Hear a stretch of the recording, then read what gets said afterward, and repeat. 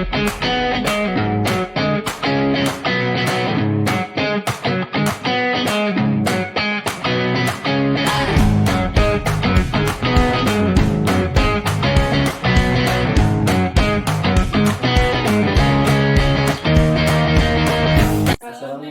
warahmatullahi wabarakatuh. Halo teman-teman. Perkenalkan kami dari kelompok 18, saya Petrus Sabong. Saya Rahmat Hidayat. Saya Nur Adelia. Saya Nur Janesneni. Saya Muhammad Rakwan Suhail. Baik, adapun kami akan memaparkan hasil analisis resiko bisnis yang berbasis ISO 31000 pada UMKM Cemilan Cebuni. Pada kesempatan kali ini, kami akan membahas penilaian resiko berbasis ISO 31000 untuk usaha cemilan Cebuni di Makassar. Penelitian ini penting karena setiap usaha pasti punya tantangan dan ketidakpastian. Nah, dengan mengenali resikonya, usaha dapat mengurangi dampak negatif sekaligus menjalani usaha agar lebih lancar ke depannya.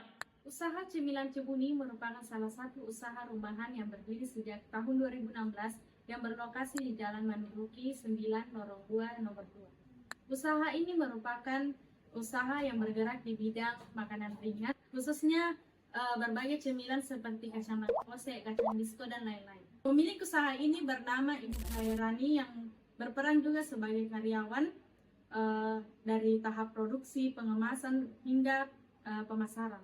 Usaha ini meskipun dijalankan secara sederhana, tetapi sangat mempertahankan kualitas produknya di era ketatnya persaingan pasar makanan ringan.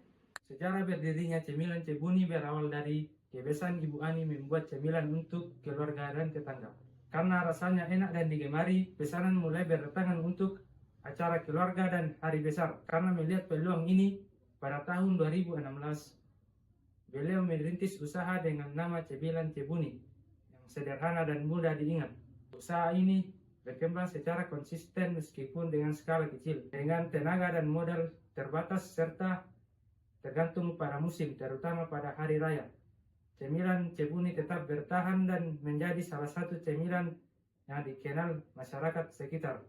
Ya, baik, saya akan menjelaskan analisis risiko dari usaha Cebuni itu. Analisis risiko internalnya yang pertama itu permintaan yang tinggi dan kurangnya tenaga kerja, sehingga Ibu Ani mengelola usaha ini dengan kewalahan. Yang kedua itu dengan branding yang tidak menarik, sehingga mungkin banyak peminat yang tidak tertarik pada produk ini. Yang ketiga yaitu lokasi yang tidak strategis. Identifikasi risiko eksternal. Selain risiko yang bersumber dari internal usaha, terdapat pula risiko eksternal yang perlu diwaspadai. Kondisi ekonomi dapat mempengaruhi daya beli masyarakat, sehingga penjualan produk cemilan bisa mengalami penurunan pada saat ekonomi sedang melemah. Selain itu, persaingan pasar yang semakin ketat, baik dari produsen cemilan skala kecil maupun perusahaan besar, menjadi tantangan serius bagi Cemilan Cebuni.